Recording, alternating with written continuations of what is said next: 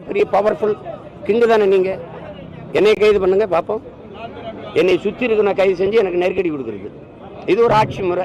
சரி, என்ன எதுக்காக கைது சொல்லுங்க? அவதூறு என்னங்க? அது இருந்த பாட்டுங்க. கள்ளத்தனம் செய்த காதகன் கருணாநிதி, சதிகாரன் கருணாநிதி, சண்டாளன் கருணாநிதினு பாட்டு உங்களுக்கு அனுப்பவா? எழுதினவன் பாடினவனை விட்டுட்டு ஏன் மறுபடியும் எடுத்து பாடினவனை கைது பண்றீங்க? இப்ப நான் பாடுறேன், எம்எல்ஏ பேர் போடு.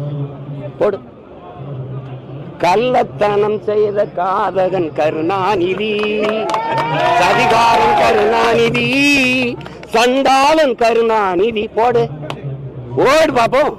போட்டு உள்ள வை. நீ புள்ள பூச்சி பிடிச்ச விளையாடுவா ராஜா? தேலு பாம்பு நட்டுவாக்கிலே பிடிப்பியா? புலி சிங்கத்தோட மோதுவியா?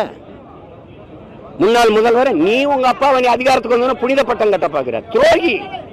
தமிழ் பேரினத்திற்கு பச்சை துரோகி. யார் தர்க்கம் செய்வா? அதிகாரம் வந்தோன்னா உங்க அப்பாவுக்கு புனிதர் பட்டம் கட்டிடுவீங்களா? செஞ்ச துரோகமெல்லாம் மறந்து போயிருமா? இந்த நாட்டில் தமிழர் இன வரலாற்றில், அரசியல் வரலாற்றில் தீய ஆட்சியின் தொடக்கம், தீய அரசியலின் தொடக்கமே ஐயா கருணாநிதி வந்து உட்கார்ந்த பிறகுதான். யாராவது மறுக்க முடியுமா? பேரறிஞர் அண்ணா வரைக்கும் இந்த அரசியல் வரலாறு எடுத்து பாருங்க. எவ்வளவு நாகரிகம், எவ்வளவு கண்ணியம். இவர் வந்த பிறகு நடந்ததை பாருங்க. அதுக்கு பிறகுதான் ஊழல், லஞ்சம், கொலை, கொள்ளை, அவதூறு பேச்சுகள், அநாகரிக அரசியல், சாராயம், இதெல்லாம் எப்ப வந்தது?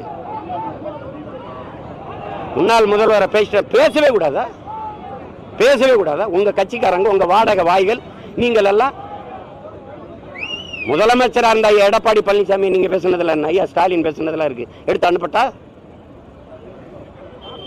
நீங்க பேசலாம், அது கருத்துரிமை. நாங்க பேசினா அது அவமதிக்கிறது. என்ன அப்படி உங்க அப்பா வந்து அப்படி இறை தூதர், இறை மகன் இயேசு இல்ல சொல்லுங்க, பகவான் கிருஷ்ண பரமாத்மா என்னன்னு சொல்லுங்க.